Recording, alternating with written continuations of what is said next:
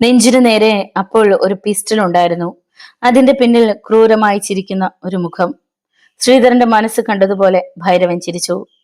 സംശയിക്കേണ്ട, എന്നെക്കാളും തമ്പിയേക്കാളും ഒക്കെ വലിയ ക്രിമിനൽ തന്നെയാ ഈ നാട് ഭരിക്കുന്ന വനമന്ത്രി പണിക്കരും. അത് നിനക്കറിയാമല്ലോ ശ്രീധര. പക്ഷേ അറിയാത്തൊരു കാര്യമുണ്ട്. അയാളുടെ ഗൺമാൻ റോയിച്ചിന്റെ കഥ കഴിച്ചത് ഞാനാ. ഒട്ടും വൈകാതെ പണിക്കരുടെ കഥയും തീരും. പക്ഷേ ശവം നിനക്ക് കാണാൻ പറ്റില്ല. അതിനു മുമ്പേ നിന്നെ ഞാൻ കൊല്ലും. ഇപ്പോ ഒരു കാര്യം നീ എനിക്ക് പറഞ്ഞു തരണം. എന്തിനാ ഈ സമയത്ത് ഇവിടെ വന്നത്? ശ്രീധരൻ ഒരക്ഷരം പോലും ശബ്ദിച്ചില്ല. ഭൈരവന്റെ വിരൽ ട്രിഗറിൽ തൊട്ടു നിൽക്കുന്നത് അയാൾ കണ്ടു. ഏത് നിമിഷവും ഒരു ബുള്ളറ്റ് ചീറി വന്ന് നെഞ്ചു പിളർക്കും. ഭൈരവന്റെ ശബ്ദമുയർന്നു. പറയടാ, എന്തിനാ നീ പണിക്കരെ തേടി വന്നത്? നിശബ്ദതയിൽ എറിഞ്ഞൊടിച്ച വേറുപടക്കം പോലെ ശ്രീധരൻ പറഞ്ഞു. അമ്മയെ രക്ഷിക്കണമെന്ന് പറയാൻ. അമ്മ? ഓ, രുക്മണി. ഭൈരവൻ ചിരിച്ചു. ഇനി നിനക്ക് ഒരു അമ്മയുടെ ആവശ്യം വരില്ല ശ്രീധര. ഭൈരവൻ പിസ്റ്റളുമായി മുന്നോട്ടാഞ്ഞു. അപ്പോൾ പ്രൈവറ്റ് റൂമിന്റെ വാതിലടിച്ച് പണിക്കർ ഉറക്കെ നിലവിളിച്ചു. രക്ഷിക്കണേ! ഒരു നിമിഷ നേരത്തേക്ക് ഭൈരവന്റെ കണ്ണുകൾ ഈർഷ്യയോടെ പാഞ്ഞു. നോട്ടം വാതിലിന് നേരെയായി. ആ നിമിഷത്തിന് വേണ്ടിയായിരുന്നു ശ്രീധരൻ ക്ഷമയോടെ കാത്തു നിന്നിരുന്നത്. മിന്നായം പോലെ അയാൾ ഫ്ലോറിലേക്ക് കമിഴ്ന്നു. പിന്നെ അതിവേഗം ഭൈരവന്റെ നേരെ ഉരുണ്ടു. ബുള്ളറ്റുകൾ ചിതറി. പ്രൈവറ്റ് റൂമിന്റെ വാതിൽ തുളകൾ വീണടർന്നു. ശ്രീധരൻ ഭൈരവന്റെ കാലിൽ ചുറ്റിപ്പിടിച്ച് താഴേക്ക് വലിച്ചു. അടിതെറ്റി ഭൈരവനും ഫ്ലോറിലേക്ക് വീണു. പിസ്റ്റൾ തെറിച്ചു. പിന്നെ അവിടെ നടന്നത് ഭീകരമായ ഒരു സംഘട്ടനമാണ്. ശ്രീധരന്റെ കൈക്കരുത്തിനു മുന്നിൽ അടിയറവ് പറയേണ്ടി വരുമെന്ന് ഒടുവിൽ ഭൈരവന് ബോധ്യമായി. പണിക്കരെ വകവരുത്താനുള്ള ശ്രമമായി. പിന്നെ ബോൾട്ട് തുറന്ന് പ്രൈവറ്റ് റൂമിനുള്ളിൽ എത്തിയെങ്കിലും ശ്രീധരൻ പിന്നാലെ തന്നെ ഉണ്ടായിരുന്നു. രണ്ടുപേരെയും തൊടാനാവില്ലെന്ന് ഉറപ്പായപ്പോൾ ജീവൻ രക്ഷിക്കാനുള്ള ശ്രമമായി. പിന്നെ ശ്രീധരന്റെ പിടിയിൽ നിന്നും ഒഴിഞ്ഞു മാറാനായപ്പോൾ ഭൈരവൻ എഴുന്നേറ്റു. വാതിലിന് നേരെ കുതിച്ചു. ബോൾട്ട് നീക്കിയതേയുള്ളൂ. പിന്നിൽ നിന്നൊരു ബുള്ളറ്റ് ചീറിയെത്തി അയാളുടെ പുറം തുളച്ചു. വികൃതമായ ഒരലർച്ചയോടെ ഭൈരവൻ തിരിഞ്ഞു. മുന്നിൽ കണ്ടത് ശ്രീധരനെയല്ല, പിസ്റ്റൾ നീട്ടിപ്പിടിച്ചു നിന്നിരുന്ന ഗോവിന്ദ പണിക്കരെ. ഭൈരവന്റെ നാവിൻ തുമ്പിൽ വേദനയിൽ കുതിർന്ന ഗർജനം ഞെരിഞ്ഞു. പട്ടി! പിസ്റ്റൾ വീണ്ടും ശബ്ദിച്ചു. ഭൈരവന്റെ നെഞ്ചും തുളഞ്ഞു. ചോര ധാരധാരയായി പുറത്തേക്കൊഴുകി.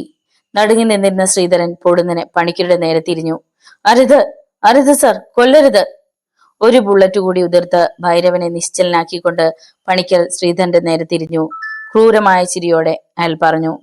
കൊല്ലാതിരുന്ന നീ ഇവനെ അർജുന് കൊടുക്കില്ലേ? അവൻ അറസ്റ്റ് ചെയ്ത് കോടതിയിലും എത്തിക്കും. അതോടെ എന്റെ കഥയും തീരില്ലേ? ഇപ്പൊ എല്ലാം ക്ലിയറായി. ഇനി ഒരേ ഒരു ഫോൺ കോൾ കൊണ്ട് നഷ്ടപ്പെട്ട ഇമേജ് മുഴുവൻ വീണ്ടെടുക്കും ഞാൻ. എങ്ങനെയാണെന്ന് അറിയാമോ നിനക്ക്? ഗേറ്റിൽ കാവലുള്ള പോലീസുകാർക്ക് ഒരു മെസ്സേജ് കൊടുക്കും. രണ്ടുപേർ അതിക്രമിച്ചു കയറി. സ്വയരക്ഷയ്ക്ക് വേണ്ടി ഷൂട്ട് ചെയ്യേണ്ടി വന്നു. ഒരു ശവം ഭൈരവന്റെ, മറ്റൊന്ന് നിന്റെ. ശ്രീധരൻ നിസ്സംഗനായി പണിക്കരെ നോക്കി. എന്നാലും നിങ്ങൾക്ക് രക്ഷപ്പെടാൻ പറ്റില്ല. എന്നെ ഇങ്ങോട്ട് അയച്ചയാൾ ഗേറ്റിന് പുറത്ത് കാത്തു നിൽക്കുന്നുണ്ട്. ഞാൻ തിരിച്ചു ചെന്നില്ലെങ്കിൽ അയാൾ ഇങ്ങോട്ട് വരും. എന്റെ ശവമാണ് ഇവിടെ കാണുന്നതെങ്കിൽ ഒട്ടും വൈകാതെ ഈ ഫ്ലവർ ഹൗസിന് തീ പിടിക്കും. പിസ്റ്റൾ പിടിച്ചിരുന്ന പണിക്കരുടെ കൈ വിറച്ചു. അയാളുടെ കണ്ണുകളിലേക്ക് തറച്ചു നോക്കി ശ്രീധരൻ തുടർന്നു. അത് മറ്റാരുമല്ല പണിക്കർ സാറേ, SP അർജുൻ. ഇടിവാൾ പുഴഞ്ഞിറങ്ങി വന്നതുപോലെ പണിക്കർ പിടഞ്ഞു. ആ നിമിഷം പുറത്തൊരു കാറിന്റെ മുരൾച്ച കേട്ടു. അയാളുടെ തളർന്ന കയ്യിൽ നിന്നും ശ്രീധരൻ പെട്ടെന്ന് പിസ്റ്റൾ പിടിച്ചു വാങ്ങി. കൈകൾ കൊണ്ട് മുഖം പൊത്തി പണിക്കർ സോഫയിലേക്ക് വീണു. വാതിൽ തുറന്ന് ശ്രീധരൻ പോർട്ടിക്കോയിലെത്തി. അർജുൻ അപ്പോൾ കാറിൽ നിന്ന് ഇറങ്ങിയിരുന്നു. അയാളുടെ അടുത്തെത്തി. ശ്രീധരൻ പറഞ്ഞു, ഭൈരവൻ ഭൈരവൻ ഇവിടെ ഉണ്ടായിരുന്നു. അത്ഭുതത്തോടെ അർജുൻ ശ്രീധരനെ നോക്കി. നടന്നതൊക്കെ ശ്രീധരൻ പറഞ്ഞു. അർജുൻ അകത്തേക്ക് കുതിച്ചു. അവിടെ അയാൾ ചോരയിൽ കുതിർന്നു കിടക്കുന്ന ഭൈരവന്റെ ശവശരീരം കണ്ടു. ഒട്ടും വൈകിയില്ല. അർജുൻ സെൽഫോൺ എടുത്ത് പിഷാരടിയെ വിളിച്ചു. ഉറക്കച്ചടവുള്ള ശബ്ദത്തിലാണ് പിഷാരടി ചോദിച്ചത്. ആരാ? എന്തു വേണം? ഞാൻ അർജുൻ. കാട്ടുകൊള്ളം ഭൈരവന് വേണമെന്ന് പറഞ്ഞിരുന്നില്ലേ? ഇപ്പോൾ അവൻ ഫ്ലവർ ഹൗസിലുണ്ട്. ജീവനോടെയല്ല, ശവമായിട്ട്. കൊന്നത് മറ്റാരുമല്ല, വനം മന്ത്രി പണിക്കർ. സഹപ്രവർത്തകനായതുകൊണ്ട് രക്ഷിക്കാൻ ശ്രമിക്കരുത്. ഈ രാത്രി തന്നെ പണിക്കരെ അറസ്റ്റ് ചെയ്തില്ലെങ്കിൽ നാളെ പുലരുമ്പോൾ അങ്ങുൾപ്പെടെയുള്ള മന്ത്രിമാരെ ജനങ്ങൾ തെരുവിൽ വെച്ച് വിചാരണ ചെയ്യുന്ന അവസ്ഥ വരും. ലൈൻ കട്ട് ചെയ്ത് അർജുൻ DGPയെയും സിറ്റി പോലീസ് കമ്മീഷണറെയും വിളിച്ചു. അറിയിക്കേണ്ടവരെ മുഴുവൻ അറിയിച്ചു കഴിഞ്ഞപ്പോൾ അർജുൻ പണിക്കരുടെ അടുത്തെത്തി. സ്വജനപക്ഷപാതവും അഴിമതിയൊക്കെ ഉണ്ടെങ്കിലും ഈ നാട്ടിൽ ഇന്നോളം ഒരു മന്ത്രിയും ഇതുപോലെ ക്രിമിനലായി തരം താണിട്ടില്ല. നിങ്ങൾ ഇനി താമസിക്കേണ്ടത് ഈ ഫ്ലവർ ഹൗസിലല്ല, സെൻട്രൽ ജയിലിലാണ്. അധികം വൈകാതെ നിങ്ങളെ അറസ്റ്റ് ചെയ്യാനുള്ള അനുമതിയും കൊണ്ട് DGP എത്തും. അതോടെ ഈ നാടിന്റെ ശാപം തീരും. പണിക്കർ മെല്ലെ എഴുന്നേറ്റു. ചുറ്റും നിന്ന പോലീസുകാരെയൊക്കെ തള്ളിമാറ്റി പണിക്കർ പ്രൈവറ്റ് റൂമിലേക്ക് ഓടി. അർജുൻ അയാളുടെ പിന്നാലെ കുതിച്ചു. പിടിക്കാനായില്ല. അതിനു മുമ്പേ പണിക്കർ മുറിയിൽ കയറി വാതിലടച്ചു കുറ്റിയിട്ടു. വാതിലിൽ ആഞ്ഞടിച്ചുകൊണ്ട് അർജുൻ ഗർജിച്ചു, മര്യാദയ്ക്ക് വാതിൽ തുറക്ക്, അല്ലെങ്കിൽ ഞാനിത് പൊളിക്കും. അയാൾ പറഞ്ഞത് ശ്രദ്ധിക്കാതെ പണിക്കർ സെൽഫോൺ എടുത്തു. അതിൽ തമ്പിയുടെ നമ്പർ കട്ടായി പോയിരുന്നു. പുറത്ത് ആരൊക്കെയോ വാതിലിൽ റൈഫിളിന്റെ പാത്തി കൊണ്ട് ഇടിക്കുന്ന ശബ്ദം. പണിക്കർ ഫോൺ എടുത്ത് തമ്പിയുടെ നമ്പർ ഡയൽ ചെയ്തു. ഇടിയുടെ ശക്തി കൊണ്ട് വാതിൽ കുലുങ്ങി. ആദ്യ റിങ്ങിന് തന്നെ തമ്പി ഫോൺ എടുത്തു.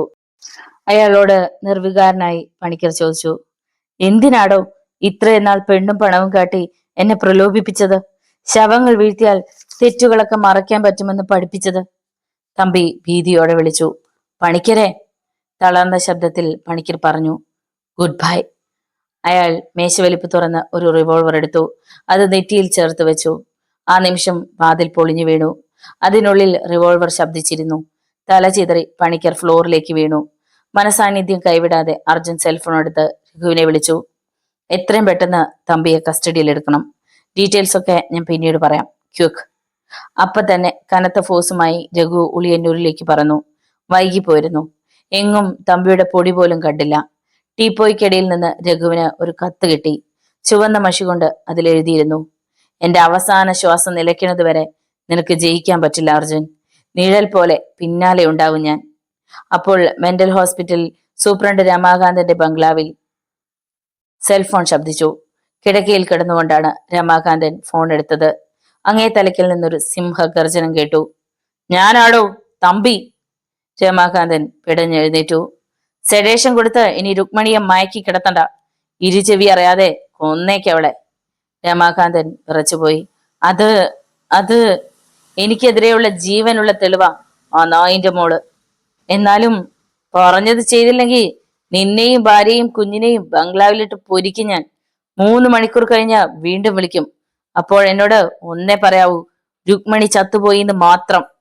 ലൈൻ കട്ടായി. വനമന്ത്രി പണിക്കരുടെ മരണവാർത്ത കാട്ടുതീ പോലെയാണ് നാട്ടിൽ പടർന്നത്. നിമിഷങ്ങൾക്കുള്ളിൽ ഫ്ലവർ ഹൗസ് ജനസമുദ്രമായി. അടിയന്തരമായി മന്ത്രിസഭായോഗം കൂടാനുള്ള തീരുമാനമായി. ജനങ്ങളോട് സംയമനം പാലിക്കാൻ മുഖ്യമന്ത്രി പിഷാരടി അഭ്യർത്ഥിച്ചു. തമ്പാനൂരും കിഴക്കേക്കോട്ടയിലും ഒട്ടേറെ വാഹനങ്ങൾ അവർ കത്തിച്ചു. അക്രമികളെ കണ്ടാൽ ഉടനെ വെടിവെക്കാനുള്ള ഓർഡർ വന്നു. അർജുൻ DGP ജോസഫിനോട് പറഞ്ഞു, എത്രയും പെട്ടെന്ന് ഒരു പ്രസ് കോൺഫറൻസ് വിളിക്കണം സർ. മരിച്ചുപോയത് ഒരു ത്യാഗിയോ വിശുദ്ധനോ അല്ലെന്ന് ഈ രാത്രി തന്നെ നാട്ടിലെ ജനങ്ങൾ അറിയണം. നിസ്സഹായനായി ജോസഫ് പറഞ്ഞു, പീപ്പിൾസ് യൂണിയന്റെ സമുന്നതനായ നേതാവിനെ പറ്റി CM-ന്റെ അനുമതിയില്ലാതെ നമ്മൾ അങ്ങനെയൊന്നും പറഞ്ഞുകൂടാ അർജുൻ.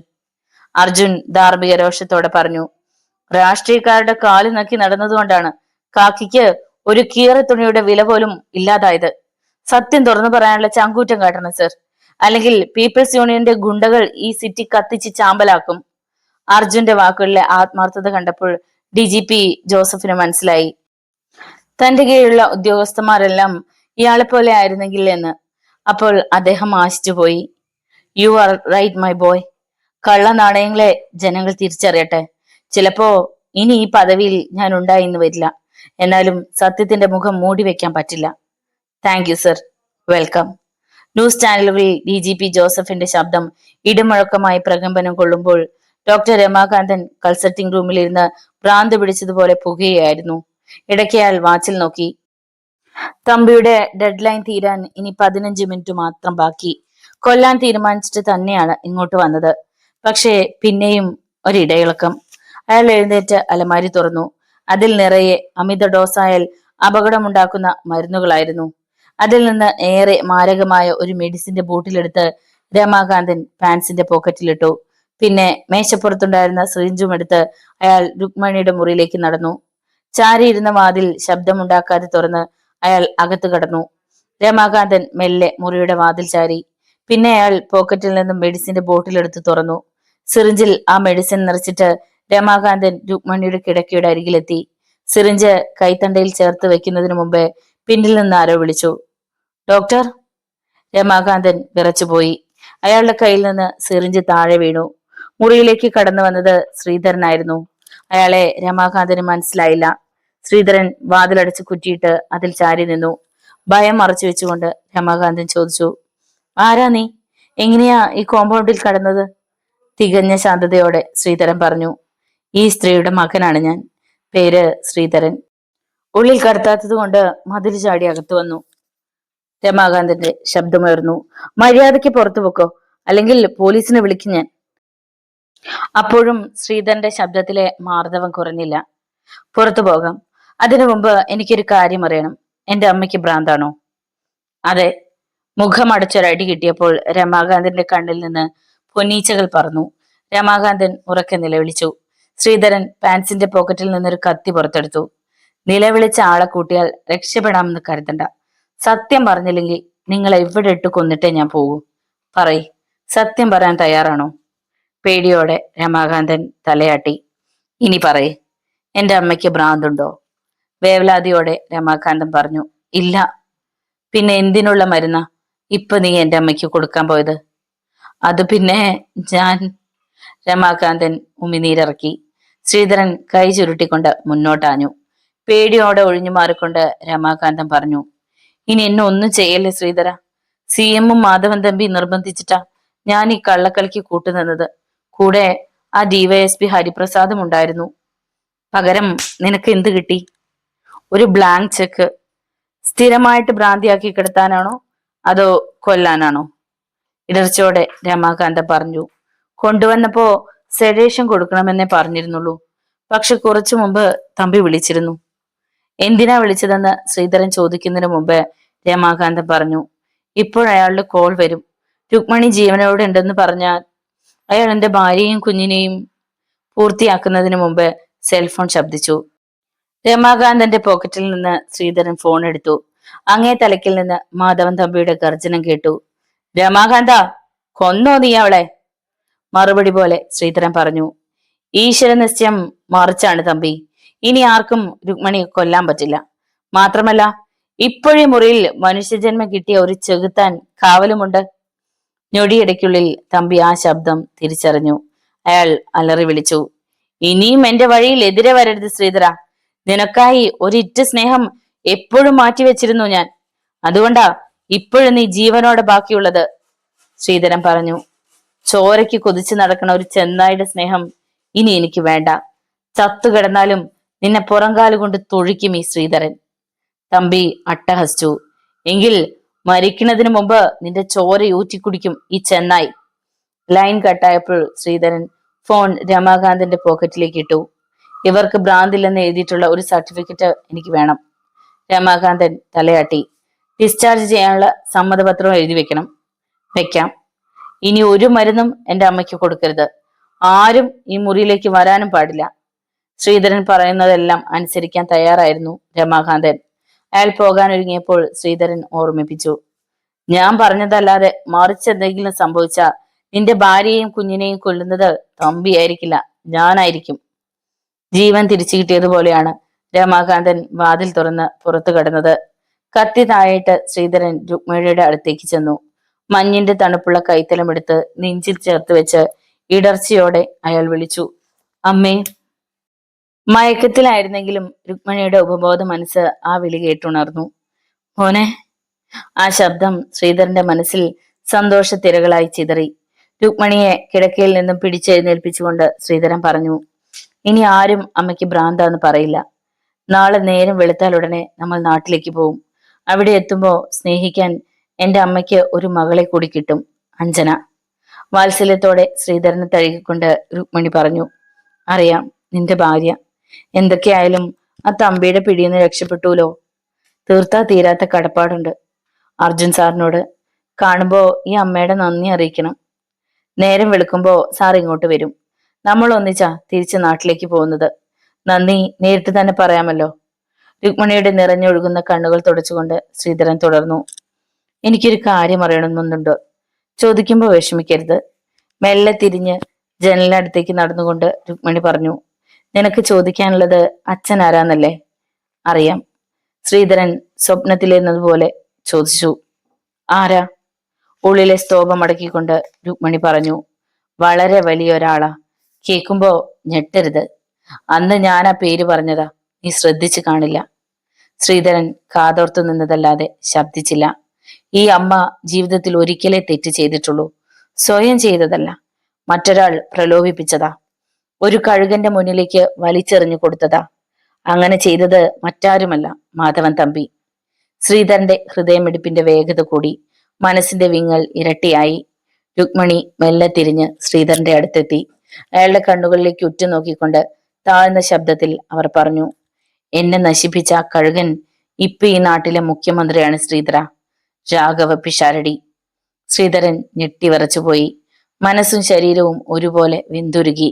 കേട്ടത് വിശ്വസിക്കാനാവാതെ അയാൾ ജനലഴികളിൽ അള്ളിപ്പിടിച്ചു. അമ്മയെ നശിപ്പിച്ചവൻ, ഭ്രാന്തില്ലാഞ്ഞിട്ടും ഭ്രാന്തുണ്ടെന്ന് പറഞ്ഞവൻ, ഒടുവിൽ തമ്പിക്ക് കൊല്ലാനെറിഞ്ഞു കൊടുത്തവൻ. രുക്മിണി പറഞ്ഞു. എന്നാലും അർഹിക്കാത്ത ഒരു ഇറ്റു കാരുണ്യം നീ അയാൾക്ക് കൊടുക്കണം മോനെ. ചാവുമ്പോ തല പിടിക്കണം, ചിതയ്ക്ക് തീയും കൊളുത്തണം. ശ്രീധരന് ഒരക്ഷരം പോലും മിണ്ടാനായില്ല. അയാളെ സമാധാനിപ്പിച്ചുകൊണ്ട് രുക്മിണി പറഞ്ഞു. കേട്ടത് മറന്നു കളഞ്ഞേക്ക്, അല്ലെങ്കിൽ ഒരിക്കലും നിനക്ക് സ്വസ്ഥത കിട്ടില്ല. അവൾ ശ്രീധരനെ കട്ടിലിൽ പിടിച്ചിരുത്തി. അമ്മയുടെ മടിയിൽ തലവെച്ച് കുറച്ചു നേരം കിടന്നു. മനസ്സിന്നത് താനെ മാഞ്ഞു പോയിക്കോളും. ശ്രീധരൻ അനുസരിച്ചു. ഉറങ്ങാനാവില്ലെന്നറിഞ്ഞിട്ട് അയാൾ മെല്ലെ കണ്ണുകൾ അടച്ചു. നേരം പുലർന്നു. അർജുന്റെ കാർ നീലോൽപ്പലനത്തിനു മുന്നിൽ വന്നു നിന്നു. പോർട്ടിക്കോയിലെ ചാരുകസേരയിൽ മുഖ്യമന്ത്രി രാഘവ പിഷാരടി തളർന്നു കിടക്കുന്നുണ്ടായിരുന്നു. കാറിൽ നിന്നിറങ്ങി അർജുൻ പിഷാരടിയുടെ അടുത്തെത്തി. വിവശമായ ഒരു നോട്ടം കൊണ്ടാണ് പിഷാരടി പ്രതികരിച്ചത്. മുഖവരയില്ലാതെ അർജുൻ പറഞ്ഞു. രുക്മിണിയെ നാട്ടിലേക്ക് തിരിച്ചു കൊണ്ടുപോവുകയാണ് ഞാൻ. ഒട്ടും വൈകാതെ തന്നെ കോടതിയിലെത്തിക്കും. ഞെട്ടിക്കുന്ന സത്യങ്ങളൊക്കെ രുക്മിണി വിളിച്ചു പറയുമ്പോ വനം മന്ത്രി ഗോവിന്ദ പണിക്കരെ പോലെ സാറും സ്വയം ജീവൻ ഒടുക്കരുത്. പിഷാരടി ഒരക്ഷരം പോലും ശബ്ദിച്ചില്ല. നിഗ്രഹാനുഗ്രഹ ശക്തിയുള്ള സർവശക്തനാണ് നിങ്ങളെന്ന് എനിക്കറിയാം. എന്റെ കാക്കി തിരിച്ചു വാങ്ങാനും വേണ്ടി വന്ന ഗുണ്ടകളെ അയച്ച് കൊല്ലാനും നിങ്ങൾ മടിക്കില്ല. അധികാരത്തിമിരം കൊണ്ട് കണ്ണു കാണാതായ ഒരു മുഖ്യമന്ത്രി ഇനി ഈ നാടിന് വേണ്ടെന്ന് കോടതിയിൽ വെച്ച് പറയും ഞാൻ. സർ, ഈ നെഞ്ചിനുള്ളിൽ തരിയെങ്കിലും ജീവൻ ബാക്കിയുണ്ടെങ്കിൽ. എല്ലാം കേട്ട് തല കുനിച്ചിരുന്നതല്ലാതെ പിഷാരടി ഒരക്ഷരം പോലും ശബ്ദിച്ചില്ല. കാർ മെന്റൽ ഹോസ്പിറ്റലിലേക്ക് നീങ്ങി. അവിടെ എത്തിയ അർജുൻ നേരെ രുക്മിണിയുടെ മുറിയിലേക്ക് പോയി. ചാരിയിരുന്ന വാതിൽ അയാൾ തള്ളി തുറന്നു. കിടക്കയിൽ ശ്രീധരൻ ചുരുണ്ട് കിടന്ന് മയങ്ങുന്നുണ്ടായിരുന്നു. അയാളെ കുലുക്കി ഉണർത്തിയിട്ട് അർജുൻ ചോദിച്ചു. രുക്മിണി എവിടെ? ശ്രീധരൻ പിടഞ്ഞെഴുന്നേറ്റു. കണ്ണുകൾ തിരുമിക്കൊണ്ട് അയാൾ ചുറ്റും നോക്കി. പിന്നെ ഉറക്കെ വിളിച്ചു. അമ്മേ. ആരും വിളി കേട്ടില്ല. അർജുൻ ഹോസ്പിറ്റൽ മുഴുവൻ അരിച്ചു പെറുക്കി. എങ്ങും രുക്മിണിയെ കണ്ടില്ല. അപ്പോൾ ഒരു ദുസ്വപ്നത്തിൽ എന്ന പോലെ ശ്രീധരന്റെ ഉള്ളിൽ തമ്പിയുടെ മുഖം കണ്ടു. കാതിനരികെ ഞെട്ടിക്കുന്ന ഗർജനം കേട്ടു. അമ്മയെയും കുട്ടി വേഗം നാട്ടിലേക്ക് വാ. ചിതയൊരുക്കി വെച്ച് കാത്തിരിക്കുന്നുണ്ടാവും ഞാൻ. ചങ്കുപൊട്ടി ശ്രീധരൻ കരഞ്ഞു. അമ്മേ. ലോണിലിരുന്ന് ഭീതിയോടെ പത്രം വായിക്കുകയായിരുന്നു ഡോക്ടർ രമാകാന്തൻ. ആദ്യ പേജിൽ തന്നെ വനമന്ത്രി ആത്മഹത്യ ചെയ്ത വാർത്ത അയാൾ കണ്ടു. തൊട്ടു താഴെയായി ചോര മരവിപ്പിക്കുന്ന ഭൈരവന്റെ കഥ, ഒപ്പം പേടിപ്പിക്കുന്ന ചിത്രങ്ങൾ. വരികൾക്കിടയിൽ എവിടെയെങ്കിലും തന്റെ പേരുണ്ടോ എന്ന ഉൾക്കിടലത്തോടെ പരതുമ്പോൾ സെൽഫോൺ ശബ്ദിച്ചു. ലൈനിൽ ഡ്യൂട്ടി ഡോക്ടർ ഹുസൈൻ ആയിരുന്നു. വേവലാതിയോടെ രമാകാന്തൻ ചോദിച്ചു. എന്താ ഹുസൈനെ? ആ സ്ത്രീയെ കാണാനില്ല സർ. ആരെ? രുക്മിണിയെ. രമാകാന്തന്റെ മനസ്സിലൊരു കനൽക്കാറ്റ് ചീറിയടിച്ചു. അവിടെ അയാൾ ക്രൂരമായി ചിരിക്കുന്ന തമ്പിയുടെ മുഖം കണ്ടു. പതർച്ചയോടെ അയാൾ തിരക്കി. ഞാൻ പോയതിനു ശേഷം അവിടെ വിശേഷിച്ച ആരെങ്കിലും വന്നോ? ഇല്ല സർ. ഫോൺ ചെയ്തിരുന്നോ ആരെങ്കിലും? ഇല്ല സർ. ഉടനെ ഞാൻ അങ്ങോട്ട് വരാം. അതുവരെ വിവരം പുറത്താരും അറിയണ്ട. ആ ശ്രീധരൻ ആകെ വയലന്റ് ആണ് സർ. കടിച്ചു തിന്നാൻ വരാ എല്ലാരെയും. പോലീസിൽ അറിയിക്കാണ്ട് പറ്റില്ല. ലൈൻ കട്ട് ചെയ്യുമ്പോൾ പിന്നിൽ നിന്നൊരു ശബ്ദം കേട്ടു. രുക്മിണി ഇപ്പോഴും ജീവനോടെ ഉണ്ടോ അതോ കൊന്നോ? രമാകാന്തൻ ഞെട്ടി എഴുന്നേറ്റു. പോക്കറ്റിൽ നിന്ന് ഐഡന്റിറ്റി കാർഡ് എടുത്ത് അയാളുടെ നേരെ നീട്ടിക്കൊണ്ട് അർജുൻ പറഞ്ഞു. Arjun, rural SP. പതർച്ചയോടെ രമാകാന്തൻ പറഞ്ഞു. എനിക്കൊന്നും അറിയില്ല സർ. ആ സ്ത്രീ ഹോസ്പിറ്റലിൽ ഇല്ലാന്ന് പോലും ഫോൺ വന്നപ്പോഴാ മനസ്സിലായത്. ഇന്നലെ രാത്രി നിങ്ങളവരെ കൊല്ലാൻ ശ്രമിച്ചില്ലേ? ശ്രീധരൻ തടഞ്ഞില്ലെങ്കിൽ കൊല്ലുമായിരുന്നില്ലേ? രമാകാന്തന്റെ മുഖം വിളറി. അത് അത് പിന്നെ തമ്പി പറഞ്ഞപ്പോ അർജുൻ ഗർജിച്ചു. ഏത് നായിന്റെ മോൻ പറഞ്ഞാലും സിൻസിയറായ ഒരു ഡോക്ടർ അങ്ങനെ ചിന്തിക്കാൻ പോലും പാടില്ല. നിങ്ങൾ അതിന് ഡോക്ടർ അല്ലല്ലോ. നോർമലായ ഒരു സ്ത്രീയെ ഭ്രാന്തിയാക്കി മുദ്രകുത്തി സെല്ലിൽ അടച്ച ബാസ്റ്റാർഡല്ലേ. ഭാര്യയും മോനെയും കൊല്ലുമെന്ന് പറഞ്ഞപ്പോ പോലീസിൽ അറിയിക്കേണ്ടതിന് പകരം ഉടനെ ആരാച്ചാരുടെ വേഷം കിട്ടി അല്ലേ? നിങ്ങളെപ്പോലുള്ളവരുടെ കയ്യിൽ വിശ്വസിച്ച് ഒരു മനുഷ്യജീവൻ എങ്ങനെ ഏൽപ്പിക്കും? രമാകാന്തൻ മിണ്ടിയില്ല. ഹോസ്പിറ്റലിൽ നിന്ന് തിരിച്ചു വന്നതിന് ശേഷം വീണ്ടും തമ്പി നിങ്ങളെ വിളിച്ചിരുന്നോ? ഇല്ല. അർജുൻ അയാളുടെ കണ്ണുകളിലേക്ക് തറച്ചു നോക്കി. ആരാ അവരെ കിഡ്നാപ്പ് ചെയ്തത്? തമ്പി അയച്ച ഗുണ്ടകളാണോ? അറിയില്ല സർ. ആ സ്ത്രീയെ ഭ്രാന്തിയാക്കി ട്രീറ്റ് ചെയ്യണമെന്ന് CM നേരിട്ട് നിങ്ങളോട് പറഞ്ഞിരുന്നോ? ഇല്ല സർ. പിന്നെ CM ഇടപെട്ട കേസായതുകൊണ്ട് ഒരു കുഴപ്പവും വരില്ലെന്ന് കൂടെ വന്ന ആ DYSP പറഞ്ഞിരുന്നു. എപ്പോഴെങ്കിലും CM ഹോസ്പിറ്റലിൽ വന്നിരുന്നോ? ഒരു തവണ. രുക്മിണിയെ കണ്ടിട്ട് അപ്പൊ തന്നെ തിരിച്ചുപോയി. മുമിത്തി പോലെ പുകയുന്ന മനസ്സുമായിട്ടാണ് അർജുൻ രമാകാന്തിന്റെ ബംഗ്ലാവിൽ നിന്നും പുറത്തു കടന്നത്. അയാൾ സ്വയം ചോദിച്ചു, രുക്മിണിയെ ആരാവും തട്ടിക്കൊണ്ടുപോയത്? തമ്പിയുടെ ഗുണ്ടകളോ അതോ പിഷാരടി അയച്ച പോലീസോ? ഉത്തരം കിട്ടിയില്ല. അപ്പോൾ മെന്റൽ ഹോസ്പിറ്റലിന് മുന്നിൽ ഒരു കാർ വന്നു നിന്നു. ഇതിൽ നിന്ന് പിഷാരടി ഇറങ്ങി. അയാൾ തനിച്ചായിരുന്നു. സെക്യൂരിറ്റി ഗാർഡുകൾ ഭവ്യതയോടെ ഗേറ്റ് തുറന്നു കൊടുത്തു. പരിഭ്രമവും അമ്പരപ്പും നിറഞ്ഞ മുഖങ്ങളായിരുന്നു ചുറ്റും. എല്ലാം അവഗണിച്ച് അയാൾ രുക്മിണിയുടെ മുറിയിലേക്ക് നടന്നു. ചാരിയിരുന്ന വാതിൽ തുറന്നപ്പോൾ അയാൾ ആദ്യം കണ്ടത് ജ്വലിക്കുന്ന 2 കണ്ണുകളാണ്. പിന്നെ ഇരയെ കണ്ട വന്യമൃഗത്തിൻ്റെതുപോലുള്ള ഒരു മുഖം. അത് ശ്രീധരനാണെന്ന് പിഷാരടിക്ക് മനസ്സിലായില്ല. പലവട്ടം കണ്ണുകൾ ചിമ്മി തുറന്നപ്പോഴാണ് മുന്നിലുള്ളത് പിഷാരടിയാണെന്ന് ശ്രീധരന് ഉറപ്പായത്. അയാളുടെ ഓരോ ഞരമ്പിനും തീ പിടിച്ചു. ഇതൊരു മനുഷ്യനല്ല, കണ്ടാൽ അറയ്ക്കുന്ന പുഴുത്ത പട്ടിയാണ്. അമ്മയെ നശിപ്പിച്ച സാമദ്രോഹി, ഭ്രാന്തിയാക്കിയ കാട്ടാളൻ. ഇയാൾ അച്ഛനെന്ന് വിളിക്കേണ്ടി വന്ന പുതിയൊരു ജന്മം കിട്ടിയത് വെറുതെയാവും. അകത്തേക്ക് കടന്ന് പിഷാരടി ചോദിച്ചു, ഇവിടെ ഉണ്ടായിരുന്ന സ്ത്രീ എവിടെ? അരുതാത്തതൊന്നും മനസ്സറിയാതെ കൈകൾ ചെയ്യരുതെന്ന് കരുതി ശ്രീധരൻ പിന്നോട്ട് തിരിഞ്ഞു. പിഷാരടിക്ക് ദേഷ്യം വന്നു. ചോദിച്ചു കേട്ടില്ലേ? അർജുൻ നാട്ടിലേക്ക് കൊണ്ടുപോയോ അവരെ? കഴുത്ത് ഞെരിക്കാനുള്ള കലിയുണ്ടായിട്ടും ശ്രീധരൻ നിയന്ത്രിച്ചു. പിഷാരടി അയാളുടെ മുന്നിലേക്ക് ചെന്നു. പൊട്ടനാണോടാ നീ? അതോ നാക്കില്ലേ? ഞാൻ ആരാണെന്ന് അറിയോ നിനക്ക്? മുഖത്ത് നോക്കാതെ ശ്രീധരൻ പറഞ്ഞു, അറിയാം. എന്നിട്ടാണോ ഈ അഹങ്കാരം? അഹങ്കാരമല്ല, മനസ്സിന്റെ നിയന്ത്രണം നഷ്ടപ്പെടാതിരിക്കാൻ പ്രാർത്ഥിക്കുകയാണ് ഞാൻ. ദയവ് ചെയ്ത് ഇനി ഒരക്ഷരം പോലും ശബ്ദിക്കാതെ നിങ്ങൾ തിരിച്ചു പോണം, അല്ലെങ്കിൽ ഒരു കൊലയ്ക്ക് ഉത്തരം പറയേണ്ടി വരും ഞാൻ. പിഷാരടി ചിരിച്ചു. മെന്റലാണല്ലേ? മനസ്സിലായില്ല. അതാ സോറി. പിഷാരടി പുറത്തു കടന്നപ്പോൾ ഡ്യൂട്ടി ഡോക്ടർ ഹുസൈൻ ഓടി വന്നു. ഈ മുറിയിലുണ്ടായിരുന്ന സ്ത്രീയെ ഡിസ്ചാർജ് ചെയ്തു അല്ലേ? ഹുസൈൻ പറഞ്ഞു. ഇല്ല സർ. പിന്നെ ഇന്നലെ മുതൽ അവരെ കാണാനില്ല. എന്റെ ഈശ്വര, അന്വേഷിക്കുന്നുണ്ട്. വൈകാതെ എന്തെങ്കിലും വിവരം കിട്ടും. ആ മുറിയിലുള്ളതാരാ? പേഷ്യന്റ് ആണോ? അത് ശ്രീധരനാണ് സർ, രുക്മിണിയുടെ മകൻ. ഓർക്കാപ്പുറത്ത് ഒരു ഇടിവാൾ ഉലഞ്ഞതുപോലെ പിഷാരടി നടുങ്ങി. ഹൃദയം പെരുമ്പറ കൊട്ടി. ഉള്ളിൽ എവിടെയോ ഒരു മഞ്ഞുമല ഇളകുന്നു. മകൻ, രുക്മിണിയുടെ മകൻ, അപ്പോൾ തന്റെയും മകൻ. ഇവനെ ഒരു നോക്ക് കാണാൻ വേണ്ടിയിട്ടാണ് അരുതാത്തതിനൊക്കെ കൂട്ടുനിന്നത്. കാലുകൾക്ക് ഭാരം കൂടുന്നത് പോലെ, മഞ്ഞുമല ഉരുകി മനസ്സിലേക്ക് പടരുന്നത് പോലെ, ഹൃദയം മരവിക്കുന്നത് പോലെ. അവനറിയാമോ ഇത്രയും നേരം സംസാരിച്ചത് സ്വന്തം അച്ഛനോടാണെന്ന്? പിഷാരടി വീണ്ടും മുറിയിലേക്ക് കയറി. കാൽപെരുമാറ്റം കേട്ടിട്ടും ശ്രീധരൻ തിരിഞ്ഞു നോക്കിയില്ല. പിഷാരടി അടുത്തെത്തി അയാളുടെ തോളിൽ തൊട്ടു. തീപ്പുഴലേറ്റതുപോലെയാണ് ശ്രീധരൻ തിരിഞ്ഞത്. ഇടർച്ചയോടെ പിഷാരടി വിളിച്ചു, മോനെ. രോഷം കടിച്ചമർത്തിക്കൊണ്ടാണ് ശ്രീധരൻ ചോദിച്ചത്. അപ്പോഴറിയാം ഞാൻ മോനാണെന്ന്. പിന്നെ എന്തിനായിരുന്നു ആദ്യം കണ്ടപ്പോഴൊരു നാടകം? പിഷാരടിയുടെ ശബ്ദം നനഞ്ഞു. ഇപ്പോഴാ ഞാൻ പിഴപ്പിച്ച പെണ്ണ് മാത്രമല്ല, അവളുടെ മകനും ജീവനോടെ ഉണ്ടെന്നറിഞ്ഞത് അല്ലേ? എന്നാൽ ഇനി വൈകണ്ട. ഉടനെ ഷോക്ക് റൂമിലേക്ക് കയറ്റാൻ ഡോക്ടറെ വിളിച്ച് പറഞ്ഞേക്ക്. അതോടെ എല്ലാ ശല്യം തീർന്നു കിട്ടും. ഗദ്ഗദത്തോടെ പിഷാരടി പറഞ്ഞു. രുക്മിണിയെ കണ്ട് മാപ്പ് പറയാനും അവളെ കൂട്ടിക്കൊണ്ടു പോകാനുമാ ഞാൻ ഇങ്ങോട്ട് വന്നത്. ഇനിയുള്ള കാലം മുഴുവൻ നിങ്ങൾ രണ്ടുപേരെയും എനിക്ക് വേണം. രുക്മിണി എവിടെ ഉണ്ടെങ്കിലും തേടി പിടിച്ചോളാം ഞാൻ. വിശ്വസിക്കടാ, ഞാൻ സത്യമാണ് പറയണത്, ശ്രീധരൻ പറഞ്ഞു. ഒരു സത്യവും എനിക്ക് കേൾക്കണ്ട. എന്ത് പറഞ്ഞാലും ഞാൻ വിശ്വസിക്കില്ല. വെറുതെ ഇവിടെ നിന്ന് സമയം കളയണ്ട. എനിക്ക് അച്ഛനില്ല, അമ്മ മാത്രമേ ഉള്ളൂ. കണ്ണീരോടെ പിഷാരടി പറഞ്ഞു. അരുത്, അരുത് മോനെ, അങ്ങനെ പറയരുത്. എന്റെ ഹൃദയം പൊട്ടും. ശ്രീധരൻ പറഞ്ഞു. നിങ്ങൾക്ക് അങ്ങനെ ഒരു സാധനം ഇല്ലല്ലോ. പേടിക്കണ്ട. വേണമെങ്കിൽ കാറിനടുത്ത് വരെ ഞാൻ കൊണ്ടു ചെന്നാക്കാം. വിങ്ങുന്ന മനസ്സോടെ പിഷാരടി ചോദിച്ചു. എന്നെ അച്ഛനെന്ന് ഒരു തവണ വിളിക്കാമോ?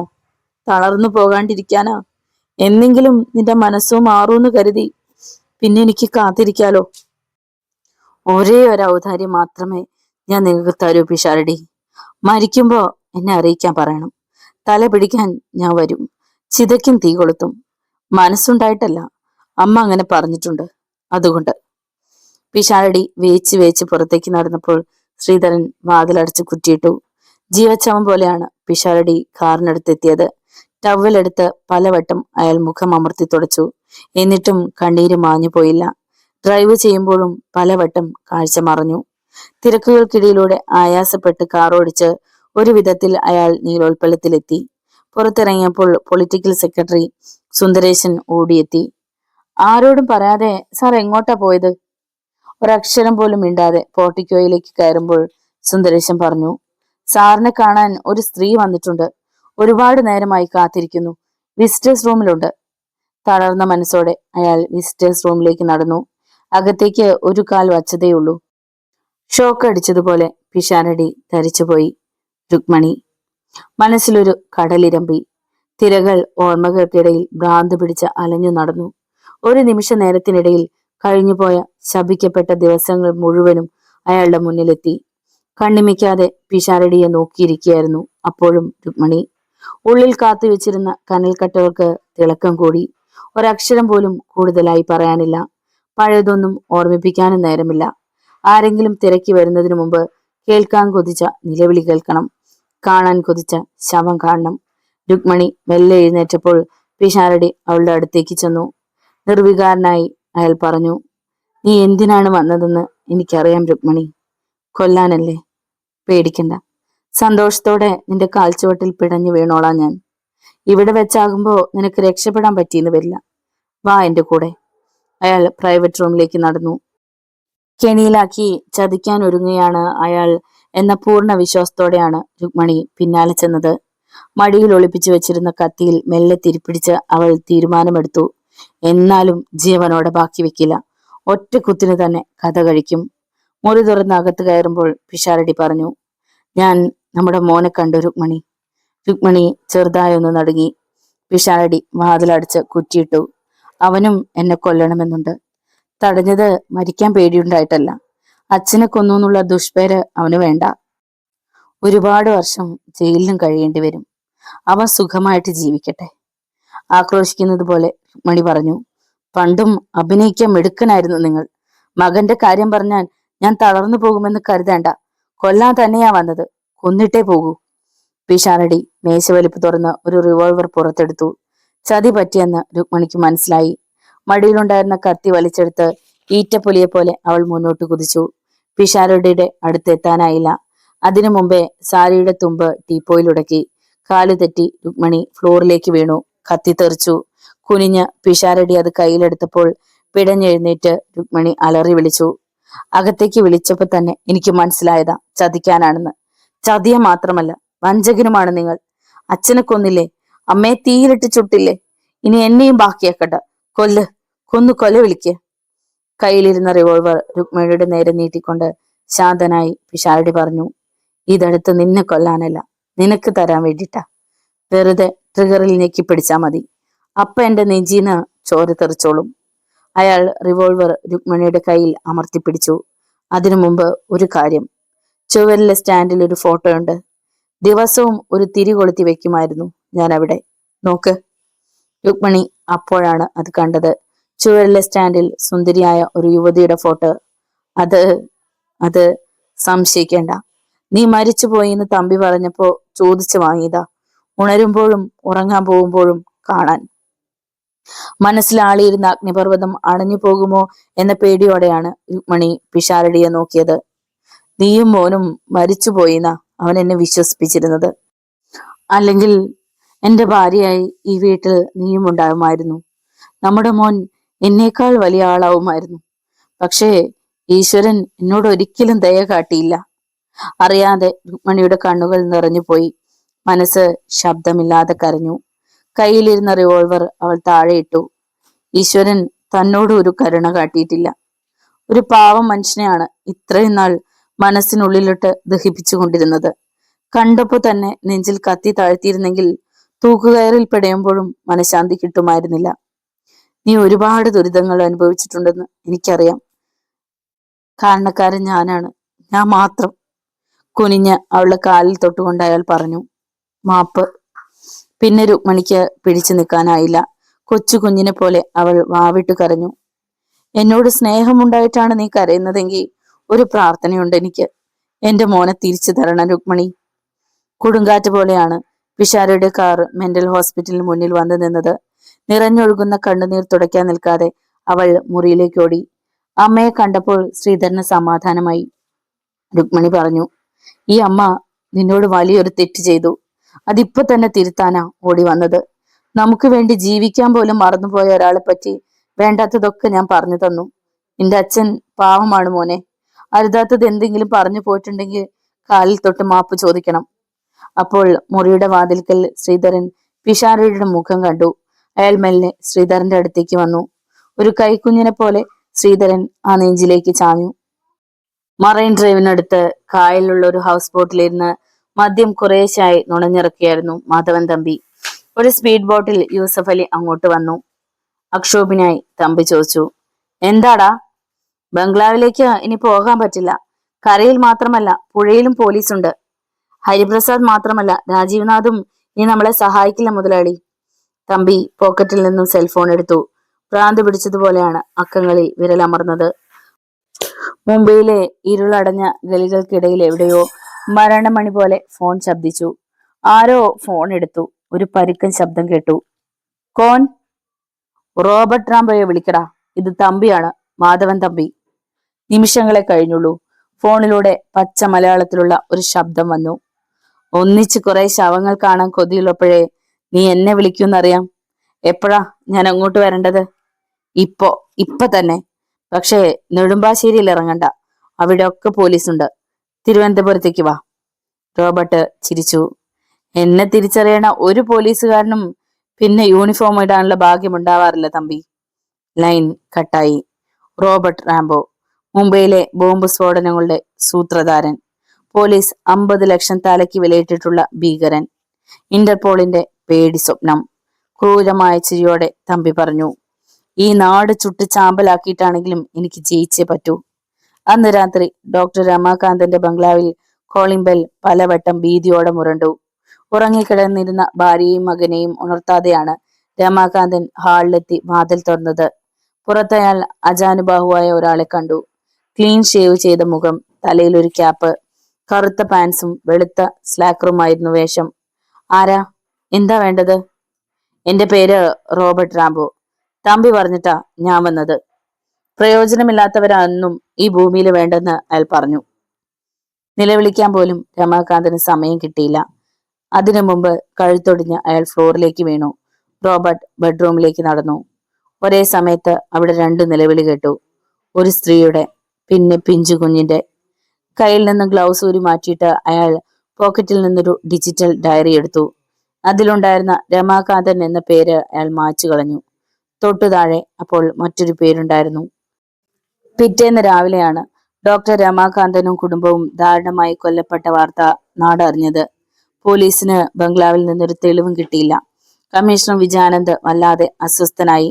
അർജുൻ പറഞ്ഞു, ഈ അരുങ്കൊല പ്ലാൻ ചെയ്തത് മറ്റാരുമല്ല, തമ്പി തന്നെ. തന്റെ സാന്നിധ്യം പോലീസിനെ അറിയിച്ചതാണ് അയാൾ. കൂടെ ഒരു പ്രൊഫഷണൽ കില്ലറും ഉണ്ടാവണം. ഇനിയാണ് നമ്മൾ കൂടുതൽ പേടിക്കേണ്ടത്. ഞാൻ വേണ്ടതൊക്കെ ചെയ്തോളാം. എന്റെ ഇവിടുത്തെ ജോലി തീർന്നു. രുക്മണിയുടെ കാര്യത്തിൽ ഒരു തീരുമാനമായല്ലോ. ശ്രീധരന് സന്തോഷായി. ഇനി കാണാമറയത്തുള്ള ആ സ്കൗണ്ടറിനെ തേടിയുള്ള യാത്രയാണ്. ഉളിയന്നൂരിലെ ആ ബംഗ്ലാവുമായി വല്ലാത്തൊരു ആത്മബന്ധമുണ്ട് തമ്പിക്ക്. അമ്മയും കുഞ്ഞും തമ്മിലുള്ള പൊക്കിൾ കൊടി ബന്ധം പോലെ. ഒരു തവണയെങ്കിലും അയാൾക്ക് അങ്ങോട്ട് തിരിച്ചു വരാതിരിക്കാൻ പറ്റില്ല. കൈ പിടിച്ച് കുലുക്കിക്കൊണ്ട് വിജയാനന്ദ് പറഞ്ഞു. Wish you all the best. Thank you. അന്ന് ഉച്ചയോടെ പത്ര റിപ്പോർട്ടർമാർക്കും ചാനലിലെ ലേഖകന്മാർക്കും പിഷാരടിയുടെ പൊളിറ്റിക്കൽ സെക്രട്ടറി സുന്ദരേശന്റെ ഒരു അടിയന്തര സന്ദേശം കിട്ടി. 4 മണിക്ക് മുഖ്യമന്ത്രി ഒരു പ്രസ് കോൺഫറൻസ് വിളിച്ചിട്ടുണ്ട്. ഊഹാപോഹങ്ങൾ കാട്ടുതീ പോലെയാണ് പടർന്നത്. 3 മണിക്ക് തന്നെ കോൺഫറൻസ് ഹാൾ നിറഞ്ഞു കവിഞ്ഞു. പുറത്ത് കനത്ത പോലീസ് കാവലുണ്ടായിരുന്നു. മെറ്റൽ ഡിറ്റക്ടർ ഉപയോഗിച്ച് പരിശോധിച്ചിട്ടാണ് ഓരോരുത്തരെയും അകത്തേക്ക് കടത്തിവിട്ടത്. കൃത്യസമയത്ത് തന്നെ പിഷാരടി വന്നു. മുഖവരിയില്ലാതെ പിഷാരടി പറഞ്ഞു, എന്റെ ജീവിതത്തിലെ കറുത്ത ദിവസങ്ങളാണ് കടന്നു പോകുന്നത്. മരിച്ച ഒരാളെ പറ്റി കുറ്റം പറയാൻ പാടില്ല. എന്നാലും സത്യവാചകം ചൊല്ലി അധികാര കസേരയിലെത്തിയ ഒരു മന്ത്രി ചെയ്യാൻ പാടില്ലാത്തതൊക്കെ പണിക്കർ ചെയ്തു. അതുകൊണ്ടാവും അദ്ദേഹം അനിവാര്യമായ വിധി സ്വയം ഏറ്റുവാങ്ങിയത്. ഇപ്പോൾ ഞാൻ നിങ്ങളെ വിളിച്ചു വരുത്തിയത് അതിന്റെ നെല്ലും പതിരും ചികയാനല്ല, വ്യക്തിപരമായ ചിലത് പറയാനാണ്. ഹാളിൽ സൂചി വീണാ പോലും കേൾക്കാവുന്നത്ര നിശബ്ദത വന്നു. ഈ പദവിയിൽ എത്തിയതിൽ പിന്നെ ഒരു തുറന്ന പുസ്തകം പോലെയായിരുന്നു എന്റെ ജീവിതം.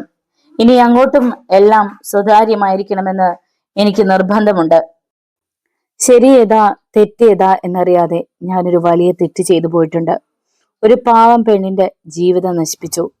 മരിച്ചുപോയി എന്ന് ഞാൻ കരുതിയിരുന്ന രുക്മിണിയെ ഇന്ന് രാവിലെ ജീവനോടെ കണ്ടു, എന്റെ മകനോടൊപ്പം. പണം കൊടുത്ത് ഒതുക്കുന്നില്ല, ഗുണ്ടകളെ കൊല്ലാൻ ഏൽപ്പിക്കുന്നില്ല, മൊഴി മാറ്റി പറയണമെന്ന് നിർബന്ധിക്കുന്നില്ല. അവരെ ഞാൻ സ്വീകരിക്കുന്നു നിങ്ങളുടെ മുൻപിൽ വെച്ച്. നിശബ്ദത പിളർന്ന് നീണ്ട കൈയടി കേട്ടു. ഇത് മനുഷ്യൻ എന്ന നിലയിൽ എനിക്കുള്ള അംഗീകാരമാണ്. പക്ഷേ ഒരു മുഖ്യമന്ത്രിക്ക് ഇങ്ങനെ ചെയ്യാനുള്ള അവകാശമുണ്ടോ എന്ന് എനിക്കറിയില്ല. അത് ജനങ്ങൾ തീരുമാനിച്ചോട്ടെ. പിന്നോട്ട് തിരിഞ്ഞ് പിഷാരടി വിളിച്ചു, രുക്മിണി. കുനിഞ്ഞ മുഖത്തോടെയാണ് രുക്മിണി ഹാളിനകത്തേക്ക് വന്നത്. പിന്നിൽ നിറകണ്ണുകളുമായി ശ്രീധരനും ഉണ്ടായിരുന്നു. പിഷാരടി എഴുന്നേറ്റ് അവരുടെ അടുത്തേക്ക് ചെന്നു. അയാൾ രുക്മിണിയെയും ശ്രീധരനെയും ചേർത്ത് പിടിച്ചു. ഫ്ലാഷുകൾ തുരുതുരാ മിന്നി. ഇന്നോളം ഉണ്ടായിട്ടില്ലാത്ത അത്യപൂർവമായ ആ ഒത്തുചേരൽ ലൈവായിട്ട് തന്നെ ചാനലുകൾ ടെലികാസ്റ്റ് ചെയ്തു. അപ്പോൾ DGP ജോസഫിന്റെ ക്യാബിനിൽ ടെലിഫോൺ ശബ്ദിച്ചു. റിസീവർ എടുത്തപ്പോൾ അങ്ങേ തലക്കിൽ നിന്നും മൂർച്ചയുള്ളൊരു ശബ്ദം കേട്ടു. സാറെന്താ TV ഓൺ ചെയ്യാത്ത? നീലോൽപ്പലത്തിലെ കോൺഫറൻസ് ഹാളിൽ പിഷാരടി തകർത്ത് അഭിനയിക്കുന്നത് കാണണമെന്നില്ലേ സാറിനെ? ഇപ്പോ ജനപിന്തുണ ഒരുപാട് കൂടിയിട്ടുണ്ടാവും. ഒന്നാന്തരം ഒരു കണ്ണീർ സീരിയൽ. ജോസഫ് ദേഷ്യത്തോടെ ചോദിച്ചു, നിങ്ങളാരാ? എന്താ വേണ്ടത്? അങ്ങേ തലക്കിലെ ശബ്ദത്തിന് മൂർച്ച കൂടി. 15 മിനിറ്റ് കഴിഞ്ഞാൽ അത് തീരും. പിന്നെ വരാനുള്ളത് ഒരു ഹൊറർ സീരിയലാ. കോൺഫറൻസ് ഹാളിൽ ഒരു ബോംബ് സെറ്റ് ചെയ്ത് വെച്ചിട്ടുണ്ട്. കൃത്യം 4:45 അത് പൊട്ടും. ആരെയും രക്ഷിക്കാൻ പറ്റില്ല. സമയം കളയാതെ ഫയർഫോഴ്സിനും ആംബുലൻസിനും ഫോൺ ചെയ്യും. അയാൾ പറയുന്നത് മുഴുവൻ കേൾക്കാൻ നിൽക്കാതെ ജോസഫ് ഫോൺ കട്ട് ചെയ്തു. ഭീതിയോടെ അയാൾ വാച്ചിൽ നോക്കി. സമയം 4:35. ഇനി ശേഷിക്കുന്നത് 10 മിനിറ്റ്. ജോസഫ് ഇറക്കുന്ന കൈകൊണ്ടാണ് സെൽഫോൺ എടുത്തത്. വിജയാനന്ദനെ വിളിച്ചു. പേടിയോടെ അയാൾ പറഞ്ഞു, കോൺഫറൻസ് ഹാളിലൊരു ബോംബുണ്ട് വിജയ. 4:45 അത് പൊട്ടും. എത്രയും പെട്ടെന്ന് CM-നെങ്കിലും രക്ഷിക്കണം. ബോംബ് സ്ക്വാഡിനെ ഞാൻ വിളിച്ചോളാം. അതിനു മുമ്പ് കുറെ പേരെങ്കിലും പുറത്തു കടത്താൻ നോക്ക്. ചീറുന്ന ബുള്ളറ്റ് പോലെയാണ് വിജയാനന്ദ് അകത്തേക്ക് ഓടിയത്. പിന്നാലെ ഒരു സംഘം പോലീസും ഉണ്ടായിരുന്നു. പിഷാരടിയുടെ അടുത്തെത്തി വിജയാനന്ദ് പറഞ്ഞു, എന്റെ കൂടെ വരണം സർ. അത്ഭുതത്തോടെ പിഷാരടി ചോദിച്ചു, എന്താ വിജയ? പ്രോബ്ലം ഉണ്ട്, പ്ലീസ്.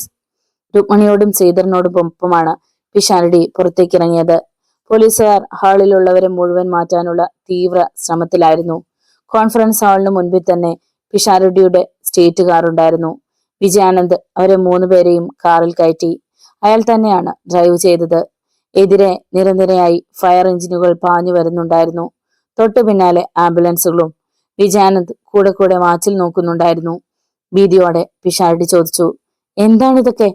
കോൺഫറൻസ് ഹാളിൽ ആരോ ബോംബ് വെച്ചിട്ടുണ്ട് സർ. പിഷാരടി നെഞ്ചത്ത് കൈവച്ചു. എന്റെ ഈശ്വരാ. കാറപ്പോൾ പാളയം മാർക്കറ്റിനടുത്ത് എത്തിയിരുന്നു. പൊടുന്നനെ ക്രൂരമായി ചിരിക്കുന്ന തമ്പിയുടെ മുഖം ശ്രീധരന്റെ ഉള്ളിൽ തെളിഞ്ഞു. അവിടെ കൂടിയിരുന്നവരെ മുഴുവൻ കൊല്ലണമെന്ന ഉദ്ദേശമുണ്ടായിരുന്നെങ്കിൽ പിന്നെന്തിനാ അയാൾ പോലീസിനെ വിളിച്ച് വിവരം പറഞ്ഞത്? ആ സൂത്രശാലിയായ കുറുക്കന്റെ ലക്ഷ്യം മറ്റെന്തോ ആണ്. അയാൾക്ക് വേണ്ടത് കാറിലുള്ള മുഖ്യമന്ത്രിയുടെയും രുക്മിണിയുടെയും തന്റെയും ജീവനല്ലേ? വളരെ പെട്ടെന്നാണ് ശ്രീധരന്റെ മനസ്സിലൊരു നിഴൽ വീണത്. മുന്നോട്ടാഞ്ഞ് അയാൾ ചോദിച്ചു, എത്ര മണിക്ക് ബോംബ് പൊട്ടുമെന്നാണ് അയാൾ പറഞ്ഞത്? ആക്സിലേറ്റർ ഞെരിച്ചുകൊണ്ട് വിജയാനന്ദ് പറഞ്ഞു, ഇനി 1 മിനിറ്റേ ബാക്കിയുള്ളൂ. ഗർജിക്കുന്നത് പോലെ ശ്രീധരൻ പറഞ്ഞു. കാർ നിർത്തൂ. വിജയാനന്ദിന്റെ കാർ ബ്രേക്കിൽ ആഞ്ഞമർന്നു. ചക്രങ്ങൾ റോഡിലുരഞ്ഞ് പേടിപ്പിക്കുന്ന ശബ്ദത്തോടെ കാർ നിന്നു. ഡോർ തുറന്ന് ശ്രീധരനാണ് ആദ്യം ഇറങ്ങിയത്. അയാൾ പിഷാരടിയെയും രുക്മിണിയെയും വലിച്ചിഴച്ചുകൊണ്ട് മുന്നോട്ടോടി. ഓടുന്നതിനിടയിൽ വിജയാനന്ദിനോടായി അയാൾ ഉറക്കെ വിളിച്ചു പറഞ്ഞു, വേഗം രക്ഷപ്പെട്ടോളൂ. വിജയാനന്ദും കാറിനടുത്ത് നിന്ന് ഒഴിഞ്ഞു മാറി. 4:45 കുറെ നിമിഷങ്ങളെ ബാക്കിയുണ്ടായിരുന്നുള്ളൂ. അവസാനത്തെ സെക്കൻഡും കടന്നു പോയപ്പോൾ പിഷാരടി പിന്നിലായി കാതടുപ്പിക്കുന്ന ഒരു സ്ഫോടനം കേട്ടു. 3 പേരും ഒരുപോലെ തിരിഞ്ഞു നോക്കി. കാറിന്റെ സ്ഥാനത്ത് ഒരു തീക്കട്ടയും കറുത്ത പുകച്ചുരുളുകളും മാത്രമാണ് കാണാൻ കഴിഞ്ഞത്. പ്രത്യേകിച്ചൊന്നും സംഭവിക്കാത്തതുപോലെ ശ്രീധരൻ പറഞ്ഞു, ഒരു ക്രിമിനൽ എങ്ങനെ ചിന്തിക്കുമെന്ന് ഇപ്പോഴും എനിക്ക് നന്നായിട്ടറിയാം.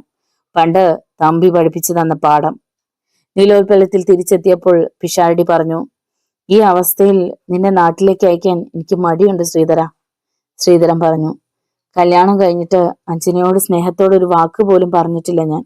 മാത്രമല്ല അമ്മയെ കാണാൻ കൊതിയോടെ കാത്തിരിക്കുന്നുണ്ട് ഊർമിളയും അവളും. പോകാതിരിക്കാൻ പറ്റില്ല. ഒരാപത്തിന്ന് കഷ്ടിച്ച് രക്ഷപ്പെട്ടതേ ഉള്ളൂ. തമ്പി ഇനിയും കൊല്ലാൻ ശ്രമിക്കും. ശ്രീധരൻ പുഞ്ചിരിച്ചു. ഇപ്പൊ കാട്ടിയ തന്റെ ഇടവും ചങ്കൂറ്റവും ജനിച്ചപ്പോ മുതൽ കൂടെയുള്ളതാ. പേടി എന്താണെന്ന് ഇന്നോളം ഞാൻ അറിഞ്ഞിട്ടില്ല. പിഷാരടി ശ്രീധരന്റെ തോളിൽ കൈവച്ചു. എങ്കിൽ കൂടുതലൊന്നും എനിക്ക് പറയാനില്ല. ഒരുപാട് കാലം തപസ് ചെയ്തപ്പോ വരമായി ഈശ്വരൻ എനിക്ക് ദാനം ചെയ്തതാ രുക്മിണിയെ. ഒരു പോറൽ പോലും ഏൽപ്പിക്കാതെ തിരിച്ചു തരണം. ശ്രീധരൻ മെല്ലെ പുഞ്ചിരിച്ചു. രഘുവിനോടൊപ്പം അർജുൻ ആദ്യം രാജീവ്നാഥിന്റെ വീട്ടിലേക്കാണ് പോയത്. മുഖമിളറിയെങ്കിലും അത് പുറത്തു കാട്ടാതെയാണ് അയാൾ അവരെ സ്വീകരിച്ചത്. അർജുൻ പറഞ്ഞു, ഞാൻ വന്നത് ഭീഷണിപ്പെടുത്താനോ പ്രകോപിപ്പിക്കാനോ അല്ല. ഓർക്കാൻ ഇഷ്ടമില്ലാത്ത പലതും നമ്മൾ കണ്ടുമുട്ടിയപ്പോൾ ഉണ്ടായിട്ടുണ്ട്. അത് കുറ്റവാളികൾ രക്ഷപ്പെടാതിരിക്കാനുള്ള ഒരു പോലീസ് ഉദ്യോഗസ്ഥന്റെ ഡ്യൂട്ടിയുടെ ഭാഗമായി കരുതണം. ഞാനിപ്പോ വന്നത് തമ്പിയെ കാണിച്ചു തരണമെന്ന് പറയാനാണ്. രാജീവ്നാഥ് പറഞ്ഞു. അയാളുടെ അഡ്വക്കേറ്റ് ആയതുകൊണ്ട് അരുതാത്ത പലതിനും കൂട്ടുനിൽക്കേണ്ടി വന്നിട്ടുണ്ട് എനിക്ക്. പക്ഷേ തമ്പിയുടെ ചോര കാണാനുള്ള ആർത്തി കണ്ടപ്പോൾ ഞാൻ ആ ബന്ധം വിട്ടു. ഇപ്പോ അയാൾ എവിടെയുണ്ടെന്ന് സത്യമായിട്ടും എനിക്കറിയില്ല. ഡിവൈഎസ്പി ഹരിപ്രസാദും അർജുനോട് അത് തന്നെയാണ് പറഞ്ഞത്. പുറത്തിറങ്ങിയപ്പോൾ രഘു പറഞ്ഞു, രണ്ടിനെയും തീർത്തും വിശ്വസിക്കണ്ട. ഭൈരവനെ പണിക്കരുടെ ബംഗ്ലാവിലേക്ക് കൊണ്ടുപോയ സ്കൗണ്ടറല രാജീവ്നാഥ്. ഇവനും ഒട്ടും മോശമല്ല. അർജുൻ ചിരിക്കുക മാത്രം ചെയ്തു. ഊണ് കഴിഞ്ഞ് കൈ കഴുകുമ്പോഴാണ് ഊർമിള പുറത്തൊരു കാറിന്റെ ശബ്ദം കേട്ടത്. പെട്ടെന്ന് അവൾ ഉമ്മർത്തെത്തി. ഒരു ടൂറിസ്റ്റ് കാറിൽ നിന്നും മെലിഞ്ഞ അപരിചിതയായ ഒരു സ്ത്രീ ഇറങ്ങുന്നതാണ് അവൾ ആദ്യം കണ്ടത്. പിന്നാലെ ശ്രീധരനും ഇറങ്ങി. അകത്തേക്ക് നോക്കി സന്തോഷത്തോടെ അവൾ വിളിച്ചു പറഞ്ഞു, ഏടത്തി, ഏട്ടൻ വന്നു. അകത്ത് പായ കുടഞ്ഞു വിരിച്ചുകൊണ്ടിരുന്ന അഞ്ജനയുടെ മുഖത്ത് നിലാവുദിച്ചതുപോലെയുള്ള ചിരി തെളിഞ്ഞു. കാർ തിരിച്ചു പോയപ്പോൾ ഊർമിള ചാടി മുറ്റത്തേക്ക് ഇറങ്ങി. കൊച്ചുകുട്ടിയെ പോലെ തുള്ളിച്ചാടിക്കൊണ്ട് അവൾ പറഞ്ഞു, ഏട്ടനിപ്പോ വലിയ ആളായില്ലേ. ഇനി ഈ കൊച്ചു വീട്ടിലൊക്കെ താമസിക്കാൻ പറ്റുമോ? തിരുവനന്തപുരത്തേക്ക് ഏടത്തിയെ മാത്രം കൊണ്ടുപോയാൽ പോരാട്ടോ. ഞാനും സത്യേട്ടനും ഉണ്ട് കൂടെ. ശ്രീധരൻ രുക്മിണിയെ നോക്കി ചിരിച്ചു. ഞാൻ പറഞ്ഞിട്ടില്ലേ കൂടെ കൂടെ വട്ടുപിടിക്കുന്ന ഒരലവലാതി പെണ്ണിനെ പറ്റി. അത് ഇവളാ, ഊർമിള. രുക്മിണി ഊർമിളയെ ചേർത്ത് പിടിച്ച് ശിരസിലൊരു മുത്തം കൊടുത്തു. എന്റെ മോനെ മനുഷ്യനാക്കി മാറ്റിയ മിടുക്കി മോളാ നീയെന്ന് എനിക്കറിയാം കുട്ടി. അപ്പോൾ ആയാസപ്പെട്ട് സത്യൻ വരാന്തയിലേക്ക് വന്നു. ശ്രീധരൻ പറഞ്ഞു, ഇത് സത്യേട്ടൻ. രുക്മിണി കൈകൾ കൂപ്പിക്കൊണ്ട് പറഞ്ഞു, ഒരുപാട് നന്ദിയുണ്ട്. പക മറന്ന് എന്റെ മോനെ സ്നേഹിക്കാനുള്ള സന്മനസ് കാട്ടിയില്ലോ നിങ്ങളെല്ലാവരും. ശ്രീധരൻ രുക്മിണിയെയും കൂട്ടി ഉമ്മറത്തേക്ക് കയറി. ഒരു പ്രധാന കഥാപാത്രം ഇനിയും വന്നിട്ടില്ല. പല തവണ കൊല്ലാൻ വന്നത് തന്നെ. അതിന്റെ ചമ്മലുണ്ടാവും. രുക്മിണി അകത്തേക്ക് നടന്നു. അവിടെ ചുവരിൽ ചാരി നേർത്ത ചിരിയോടെ അഞ്ജന നിൽക്കുന്നുണ്ടായിരുന്നു. ചേർത്തണച്ച് ഇരു കവിളുകളിലും ഉമ്മ വെച്ചുകൊണ്ട് രുക്മിണി പറഞ്ഞു, നീ അഞ്ജനയല്ല, സാക്ഷാൽ ലക്ഷ്മി ദേവിയാണ്. നിന്നെ ദീർഘസുമംഗലിയാക്കാൻ വേണ്ടിയിട്ടാ കുട്ടി ഈശ്വരൻ എന്റെ മോനെ ഒരു അപകടവും കൂടാതെ കാത്തു രക്ഷിക്കണത്. രുക്മിണിയുടെ ശബ്ദമിടറി. സന്തോഷം അടക്കാൻ പറ്റണില്ല എനിക്ക്. ഞാനൊന്ന് ഉറക്കെ കരഞ്ഞോട്ടെ മോളെ. അകത്തേക്ക് വന്ന് ഊർമിള പറഞ്ഞു, കരയുകയല്ല ചിരിക്കുക വേണ്ടത്.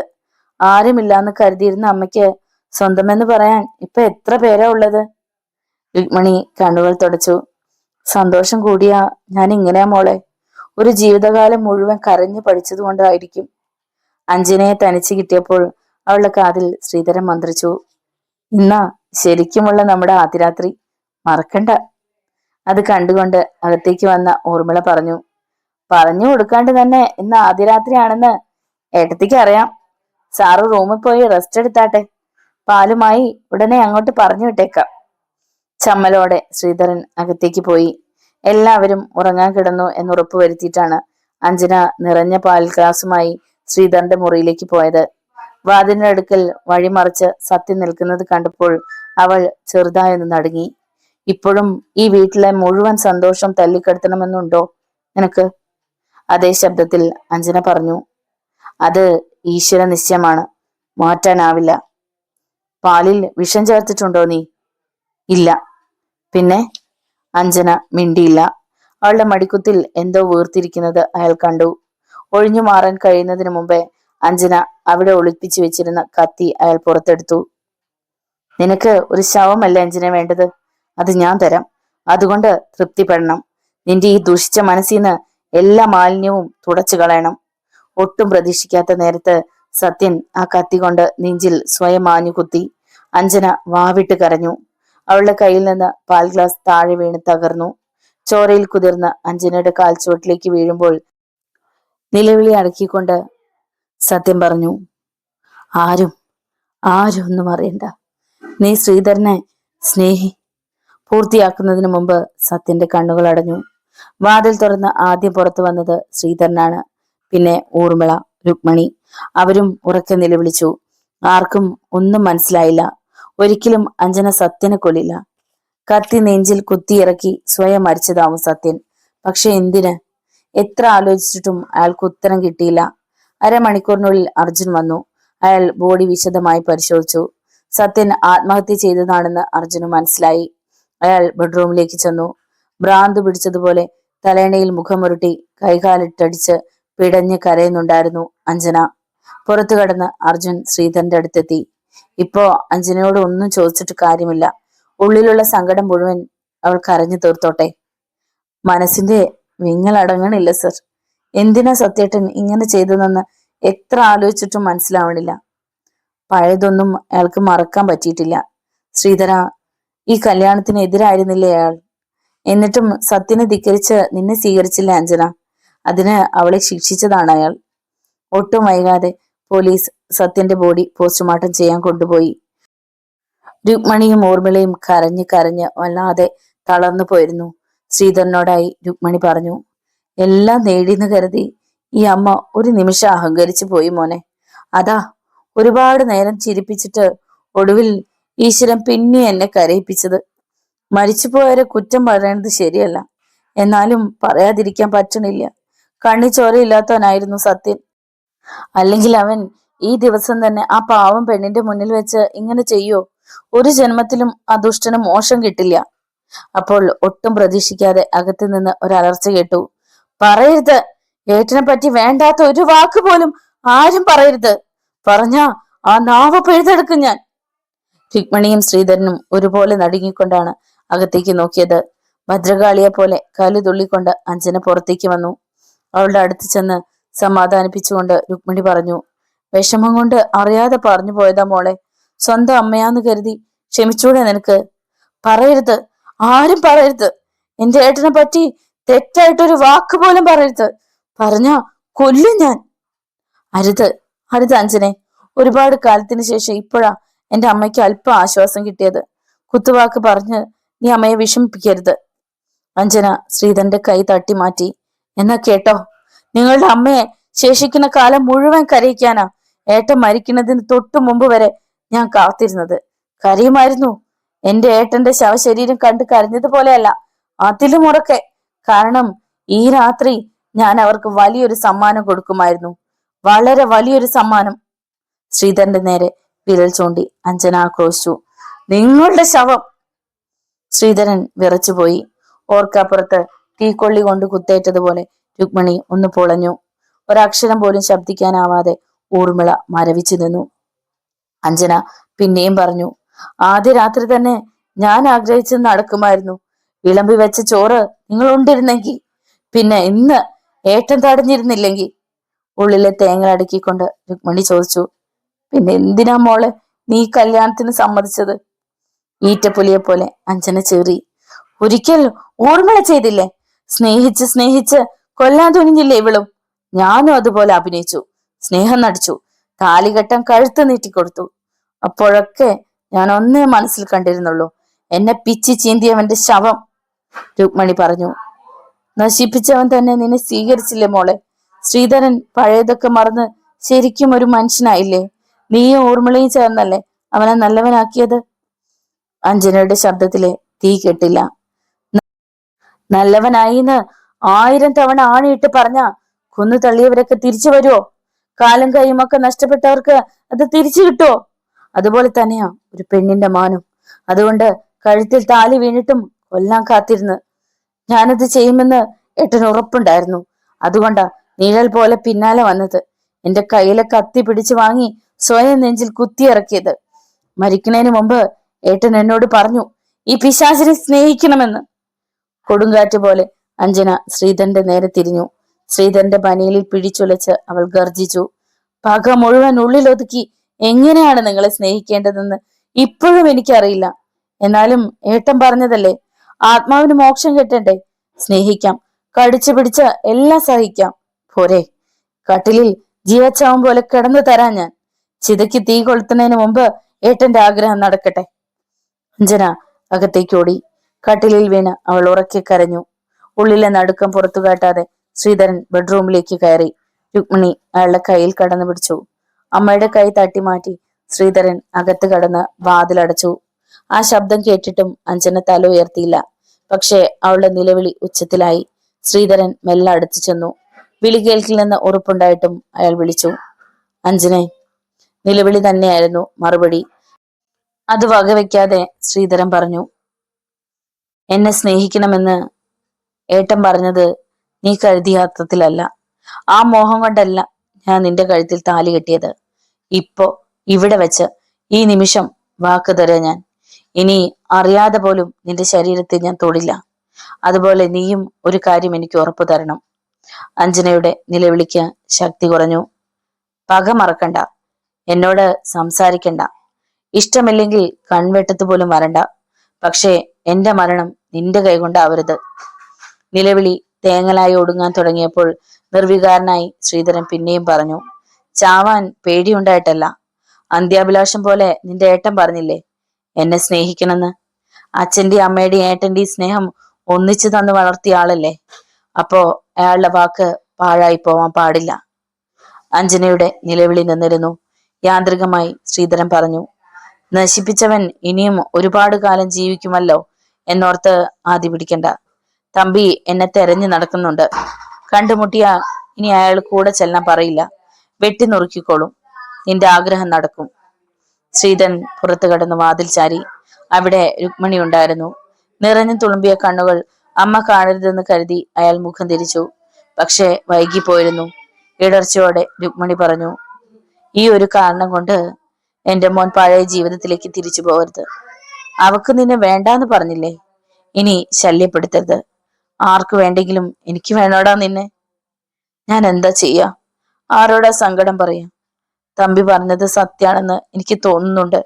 ഗുണ്ടയ്ക്ക് ഒരു കാലത്തും മനുഷ്യനാവാൻ പറ്റില്ല. പേടിയോടെ രുക്മിണി പറഞ്ഞു, അരുത് മോനെ, അരുത്. ഇനി ഒരിക്കലും നീ.